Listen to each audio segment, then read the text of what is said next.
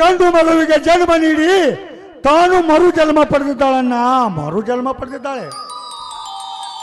ಅಪ್ಪಾರ ನಮಗೆ ಪಾಠ ಕೊಡೋರು ನೀವು. ಪಾರ್ವತಿ ಎಂತಹ ಸಂತೋಷದ ಸಿಹಿಯನ್ನು ನೀಡಿದೆ. ಬಡತನದಲ್ಲಿ ಮೊಗ್ಗಿದ ನಮ್ಮ ಮನೆತನಕ್ಕೆ ನಿನ್ನಿಂದಲೇ ಬೆಳಕನ್ನು ತಂದೆ. ನನಗೆ ಎಲ್ಲಿಲ್ಲದ ಸಂತೋಷವಾಗುತ್ತಿದೆ. ತಗೋರಿಯಪ್ಪ ಪಾಠ ಕೊಡೆ ಮತ್ತೆ ಬಿಡಂಗಿಲ್ಲ ನೋಡ ನಿಮ್ಮನ್ನ. ಮಗು ಎಷ್ಟು ಮುದ್ದಾಗಿದೆ. ಈ ಮಗುವಿನಿಂದಲೇ ಈ ಮನೆಯ ಕೀರ್ತಿ ಬೆಳಗಲಿ. ಮಗುವಿನ ಮುಖದ ಮೇಲೆ ನನ್ನದೊಂದು ಹೋಲಿಕೆನೇ ಇಲ್ವಲ್ಲ. ಇರಲಿ ಪಾರ್ವತಿ, ಆದಷ್ಟು ಬೇಗ ಈ ಮಗುವಿಗೆ ಒಂದು ಮುದ್ದಾದ ಹೆಸರಿಡೋಣ. ಆಯ್ತು ರೀ, ಹಾಗೆ ಆಗ್ಲಿ. ಅಪ್ಪ ಮತ್ ಪಾಠ ಕೊಡ್ತಿಲ್ಲ. ಮೊದಲಿಗೆ ಇವತ್ತು ಸಂಜೆಕನ 10 kg ಸ್ವೀಟ್ ತರುತ್ತೇನೆ. ಎಲ್ಲರೂ ಸೇರಿ ಆನಂದದಿಂದ ಸವಿಯೋಣ. ಆಗಲ್ರಿ ಅಪ್ಪಾರ. ಅಣ್ಣ, ನಮ್ಮ ಮನೆಗೆ ಶಿವದ ಮರಿ ಜನಿಸಿ ಬಂದಿದ್ದ ಮೇಲೆ ನಮ್ಮನ್ನು ಹಿಡಿಯುವರು ಯಾರು ಇಲ್ಲಣ್ಣ.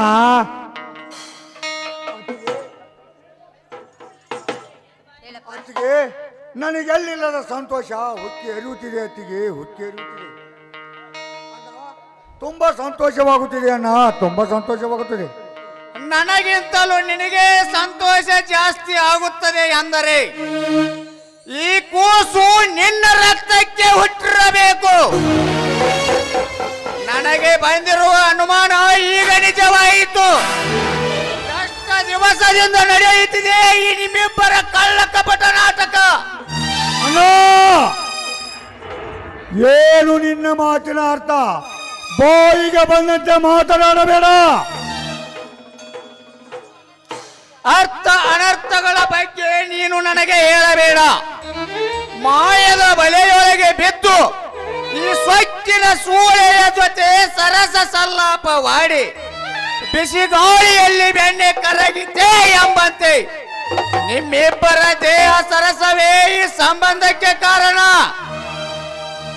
ಸ್ವಾಮಿ ಸ್ವಾಮಿ, ಏನು ಮಾತಾಡ್ತಾ ಇದ್ದೀರಾ ನೀವು? ಅಲ್ಲರಿ, ನನ್ನ ನನ್ನ ಮಗ ಇದ್ದ ಹಾಗೆ. ಏನ್ರಿ, ನಿಮ್ಮ ಸತಿ ಮೇಲೆ ನಿಮಗೆ ಸಂಶಯವೇ? ಇಂಥ ಮಾತು ನಿಮ್ಮ ಬಾಯಿದ? ಶಿವ ಶಿವ ಶಿವ ಶಿವ. ಈ ನಮ್ಮ ಭಾರತ ಭೂಮಿಯಲ್ಲಿ ಹುಟ್ಟಿದ ಪತಿ ಒಂದು ಹೆಣ್ಣು ಪವಿತ್ರವಾದವಳು ರೀ. ಝಾನ್ಸಿ ರಾಣಿ ಲಕ್ಷ್ಮೀಬಾಯಿ, ಓದಕ್ಕೆ ಓಬವ್ವ, ಹೇಮರೆಡ್ಡಿ ಮಲ್ಲಮ್ಮ, ಕಿತ್ತೂರ ರಾಣಿ ಚಂದಮ್ಮ ಅಂತವರು ಹುಟ್ಟಿದ ಭೂಮಿಯಲ್ಲಿ ಹುಟ್ಟಿ ಬಂದ ಹೆಣ್ಣು ರೀ ನಾನು. ಖಂಡಿತವಾಗಿಯೂ ನೀವಂದುಕೊಂಡ ಹಾಗೆ ನಾನು ಯಾವ ಅಪರಾಧ ಮಾಡಿಲ್ಲ ಸ್ವಾಮಿ, ಯಾವ ಅಪರಾಧವನ್ನು ಮಾಡಿಲ್ಲ. ದಯವಿಟ್ಟು ನನ್ನ ಮಾತು ನಂಬಿ ಸ್ವಾಮಿ.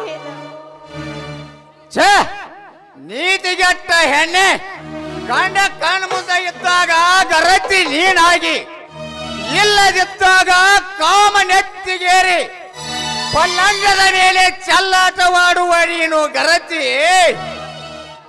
ತಾಯಿ ಕಟ್ಟಿದ ಗಂಡನೇ ಕಣ್ಣು ಮುಂದೆನೆ ಮೈಕೈ ಮುಟ್ಟಿಸಿಕೊಂಡು ಮಾತ ಹೇಳುವ ನೀನು ನಾನಿಲ್ಲದಿದ್ದಾಗ ಅದು ಏನು ಮಾಡಿದೆ ಯಾರಿಗೆ ಗೊತ್ತು? ಅಣ್ಣ, ಎಂತ ಮಾತು ಮಾತಾಡ್ತೀಯಣ್ಣ ನೀನು? ಎಂತ ಮಾತು ಮಾತಾಡ್ತೀಯ? ಸೀತೆ ಅಂತ ನನ್ನ ಅತ್ತಿಗೆಗೆ ಕಳಂಕ ತರಬೇಡಣ್ಣ. ನಾನು ಮೈಕೈ ಮುಟ್ಟಿ ಮಾತಾಡ್ತೀನಿ ಅಂದರೆ ಅದು ನನ್ನಲ್ಲಿದ್ದ ಪ್ರೀತಿ ವಾತ್ಸಲ್ಯದಿಂದ ಹೊರತು ಕಾಮದಿಂದಲನ್ನ, ಕಾಮದಿಂದಲ್ಲ. ಅಪ್ಪರು ದೇವ್ರಂತವ್ರು, ಅವರ ಅಂತ ಹೇಸ್ ಕೆಲಸ ಮಾಡಂಗಿಲ್ರಿ ಅಪ್ಪರ. ಒಂದ್ ಮಾತು ಹೇಳ್ಯಾರಿ ಹಿರಿಯರು, ಪ್ರತ್ಯಕ್ಷ ಕಂಡವರು ಪರಮೇಶ್ ನೋಡಿ ಅಂತ. ಹಿರಿಯರು ಹೇಳಿದ ಮಾತು ಸುಳ್ಳಲ್ರಿ ಅಪ್ಪರ. ಮದರಂಗಿ, ಇವ್ರನ್ನ ನೋಡಿದ್ರನ ಗೊತ್ತಾಗ್ತೈತಿ ಇವರದ ಎಂತಹ ಗುಣ ಅಂತ. ನಿನ್ನ ಮಾತಿನ ಅರ್ಥ ಪ್ರತ್ಯಕ್ಷ ಕಂಡರೂ ಪ್ರಮಾಣಿಸಿ ನೋಡಬೇಕೇ.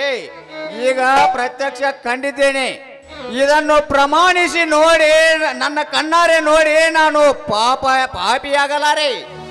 ಇವಳಿಗೆ ಹೆಸರಿಗೊಬ್ಬ ಬಸರಿಗೊಬ್ಬ ಈಲಗೆಟ್ಟ ಹೆಣ್ಣೆ. ಅಯ್ಯೋ, ಬೇಡ ರೀ ಬೇಡ, ನಿಮ್ಮ ಬಾಯಿಂದ ಅಂತ ಮಾತನಾಡಬೇಡಿ ಸ್ವಾಮಿ. ನಾನು ನಿಜವಾಗ್ಲೂ ಪತಿವ್ರತೆ ಹೆಣ್ಣು ಸ್ವಾಮಿ, ಪತಿವ್ರತೆ ಹೆಣ್ಣು. ಈ ನಮ್ಮ ಮಗು ನಮ್ಮಿಬ್ಬರ ಪ್ರೀತಿ ಬಾಂಧವ್ಯದ ಸಂಕೇತ ಸ್ವಾಮಿ, ಸಂಕೇತ. ನನ್ನ ಮೇಲೆ ಅಪ್ಪದ ಹೊರಿಸಬೇಡಿ, ನಿಮ್ಮ ಕಾಲಿಡಿದು ಬೇಡಿಕೊಳ್ಳುತ್ತೇನೆ. ಛೇ! ಏ! ನಮ್ಮರ ಈ ಮಗು ನಮ್ಮದೇ. ಹಾಗಾದರೆ ನನ್ನ ಹೋಲಿಕೆಗೆ ಈ ಮಗುವಿನ ಹೋಲಿಕೆಗೆ ಒಂದಕ್ಕೊಂದು ಸಂಬಂಧನೇ ಇಲ್ಲ. ಈ ಕೂಸು ನನ್ನ ಹೋಲಿಕೆ ಇದ್ದರೆ ಇರದಿದ್ದರೆ ಇದು ನನ್ನ ರಕ್ತ ಸಂಬಂಧಕ್ಕೆ ಹುಟ್ಟಿದರೆ ತಾನೇ ನನ್ನನ್ನು ಹೋಲುವುದು. ಇಲ್ಲ, ಈ ಕಂತ್ರಿ ನನ್ನ ಮಗಂದೇ ಈ ಹೋಲಿಕೆ. ಅನೋ, ಈ ಮಾತನ್ನು ನೀನಾಡದೆ ಬೇರೆ ಯಾರಾದರೂ ಮಾತಾಡಿದರೆ ಅವರ ದೇಹವನ್ನು ಸೀಳಿ ಅವರ ಬಿಸಿ ರಕ್ತವನ್ನೇ ಕುಡಿಯುತ್ತಿದ್ದೆ. ತಾಯಿ ತಂಗಿಯರ ಪ್ರೀತಿ ವಾತ್ಸಲ್ಯ ಕೊಟ್ಟವಳು ಅಂತವಳಿಗೆ ಕೆಟ್ಟ ಬೋಧನೆ ವರ್ಷಬೇಡನ. ನಿನ್ನ ಬಾಯಲ್ಲಿ ಹುಳ ಬಿದ್ದ ಸಾವಿ. ನೀನು ಮಾಡುವುದೆಲ್ಲ ಮಾಡಿ ಮಲ್ಲರ ಹಾಗೆ ನಟಿಸಿದರೆ ನನಗೇನು ಗೊತ್ತಾಗೋದಿಲ್ಲ ಅಂತ ಅನ್ಕೊಂತಿದ್ದೀಯ. ನೀನು ಜ್ಞಾನವುಳ್ಳವನೆಂದು ಹೊಲ ಮನೆಯ ವ್ಯವಹಾರ ನಿನಗೆ ವಹಿಸಿದರೆ ನನ್ನ ಹೆಂಡತಿನೇ ವ್ಯವಹಾರ ಮಾಡಿಕೊಂಡೆಯ ಬಡ್ಡಿ ಮಗನೇ. ಸ್ವಾಮಿ, ಇದೇನು ಅಂತ ಮಾತಾಡ್ತಾ ಇದ್ದೀರಾ? ನೋಡ್ರಿ, ನನ್ನ ಮೈದುನ ನನ್ನ ಹೆತ್ತ ಮಗ ಇದ್ದ ಹಾಗೆ. ಅವನು ಯಾವಾಗ್ಲೂ ನಿಮ್ಮ ನೆರಳಿನಲ್ಲಿ ಬೆಳೆದ ಕೂಸುರಿ ಅಂತವನ ಮೇಲೆ ಅಪವಾದ ಕೊಟ್ಟು ಮಾತಾಡ್ತಾ ಇದ್ರಲ್ಲ, ಇದಕ್ಕೆ ನಿಮ್ಮ ಮನಸ್ಸಾಕ್ಷಿ ಆದ್ರೂ ಹೇಗೆ ಒಪ್ಪಿತ್ತು ಸ್ವಾಮಿ? ಹೇಗೆ ಒಪ್ಪಿತ್ತು? ನಾನು ಸುಳ್ಳಿಲ್ಲ, ನಾನು ಪತಿವ್ರತೆ ಹೆಣ್ಣು ಸ್ವಾಮಿ, ನಾನು ಪತಿವ್ರತೆ ಹೆಣ್ಣು. ಗಂಡೆಯ ಗರತಿ, ಗಂಡ ಕಣ್ಣು ಮುಂದಿದ್ದಾಗ ಗರತಿ ನೀನಾಗಿ, ಇಲ್ಲದಿದ್ದಾಗ ಭಾವ ಮೈದುರರ ಜೊತೆ ಚಕ್ಕಂದ ಹೊಡೆಯುವ ನಿನ್ನಂತ ಹೆಣ್ಣಿಗೆ ಗರತಿಯ ಪಟ್ಟ ಬೇಕೇ? ಶೀಲಗೆಟ್ಟ ಹೆಣ್ಣೆ. ಅಪಾರ, ಏನ್ ಮಾತಾಡಕತ್ತೀರಿ ಅಂತೀನಿ. ದೊಡ್ಡವರಾಗಿ ಈ ರೀತಿ ಮಾತಾಡಕತ್ತೀರಿ ಅಲ್ರಿ. ನೀವೇ ಹಿಂಗ್ ಮಾತಾಡಿದ್ರೆ ಮನೆ ಪರಿಸ್ಥಿತಿ ಏನ್ರಿ ಅಪಾರ? ಮನೆ ಪರಿಸ್ಥಿತಿ ಏನು? ಇವಳು ನನಗೆ ತೋರಿಸುವ ಪ್ರೀತಿ ವಾತ್ಸಲ್ಯ ಇವನಿಗೆ ತುಂಬಾ ಕಾಳಜಿಯಿಂದ ನೋಡಿಕೊಳ್ಳುತ್ತಾಳೆ. ಇಷ್ಟರ ಮೇಲೆ ಗೊತ್ತಾಗುತ್ತದೆ ಇವರಿಬ್ಬರ ಆಟ. ಇದಕ್ಕೆ ಹೆಸರಿಗೊಬ್ಬ ಬಸರಿಗೊಬ್ಬ ಎನ್ನುವುದು ನಿಜವಾಯಿತು. ಅಣ್ಣ, ಪದೇ ಪದೇ ಚುಚ್ಚಿ ಮಾತನಾಡಬೇಡಣ. ಈ ಮಗು ನನಗೆ ಹುಟ್ಟಿದ್ದೇ ನಿಜವಾಗಬೇಕಾದರೆ, ಇದು ನನ್ನ ರಕ್ತಕ್ಕೆ ಹುಟ್ಟಿದ್ದೇ ನಿಜವಾಗಬೇಕಾದರೆ, ಈ ಮಗುವಿನ ದೇಹದಲ್ಲಿ ಹರಿಯುತ್ತಿರುವ ರಕ್ತ DNA ಪರೀಕ್ಷೆ ಮಾಡಿಸೋಣ.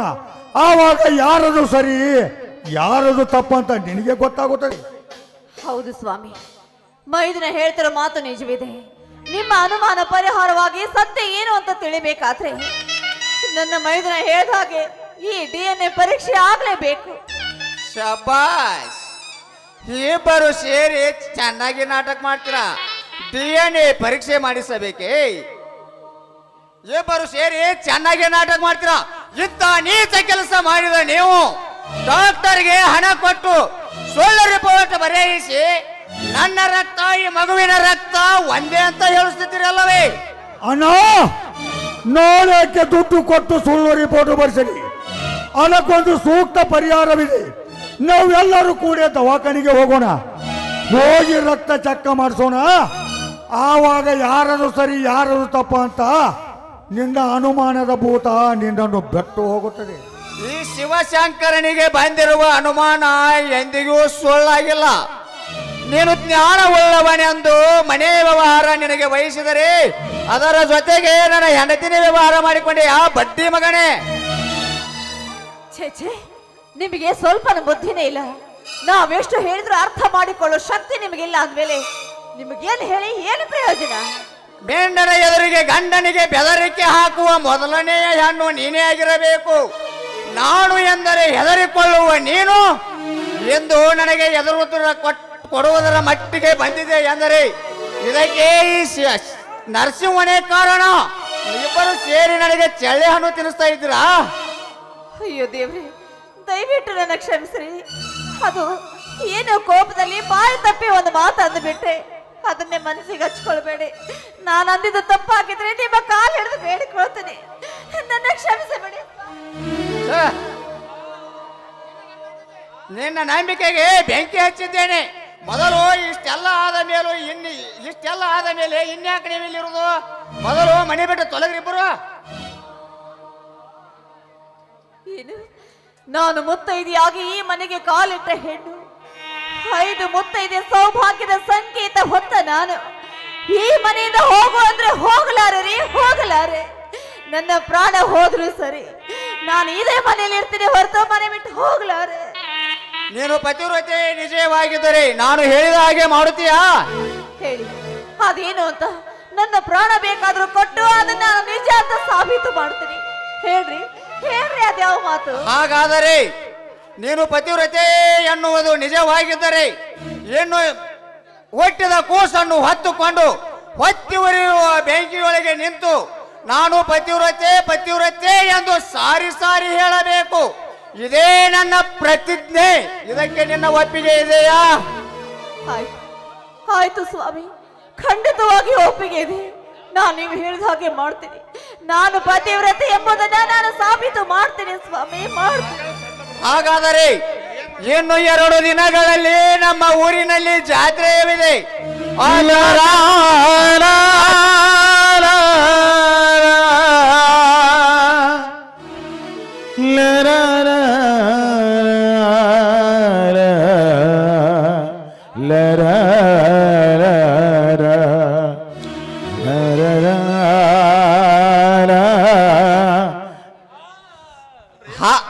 ಹಾಗಾದರೆ ಇನ್ನು 2 ದಿನಗಳಲ್ಲಿ ನಮ್ಮ ಊರಿನಲ್ಲಿ ಜಾತ್ರೆಯವಿದೆ.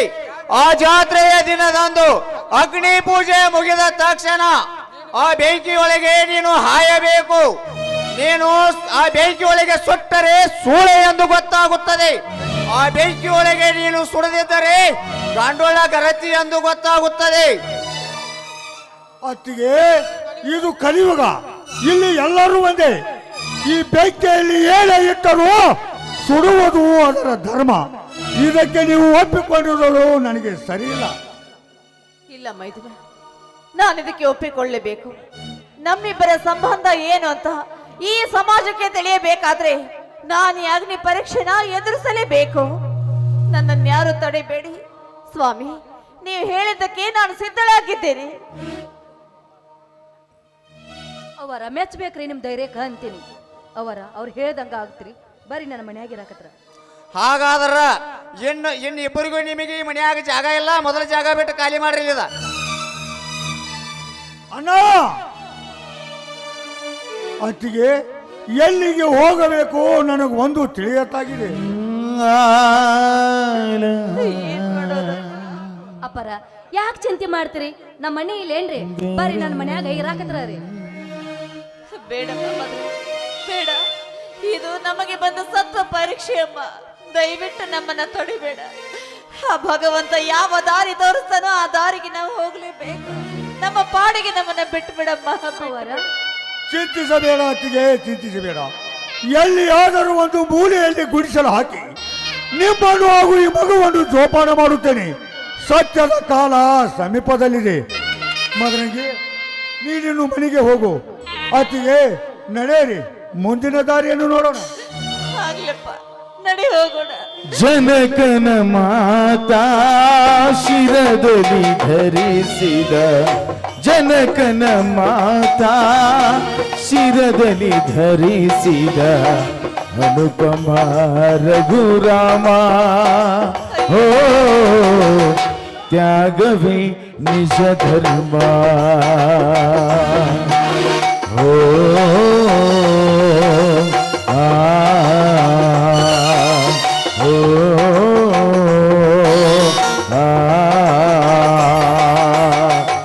ಜನಕನ ಮಾತಾ ಶಿರದಲ್ಲಿ ಧರಿಸಿದ ಅನು